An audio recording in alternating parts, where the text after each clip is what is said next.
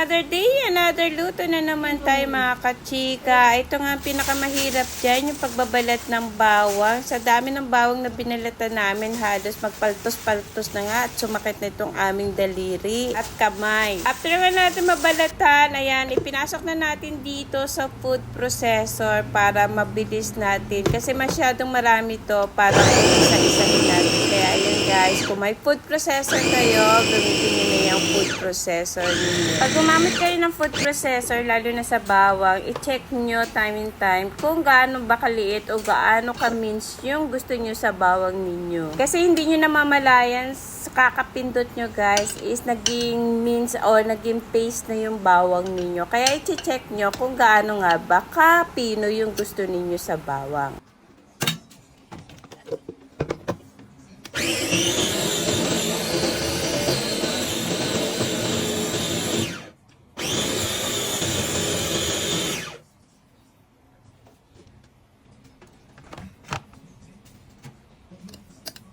Ang ginamit natin dito is olive oil. Nilagay natin siya nang hindi pa mainit yung oil para hindi masunog nga yung bawang. Ayan nga guys, niluluto na natin yung bawang. At pag nagluto kayo nito, hindi nyo dapat iwan. Hindi nyo po pwedeng iwan or else masusunog ang inyong bawang.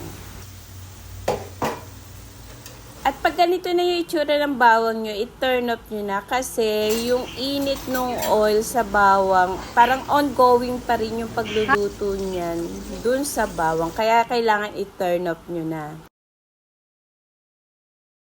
Ang akala ko guys na turn off ko o napihit ko siya pa turn off. Yung pala napihit ko lang siya sa pinaka-low na apoy. Kaya ang nangyari ay ito na nga guys. Hindi ko na malayan napansin na sunog na yung bawang natin. Pag ganito kasi guys, mapait na to. Kaya parang nasayang yung lahat ng effort na ginawa natin. Ayan guys, follow for more.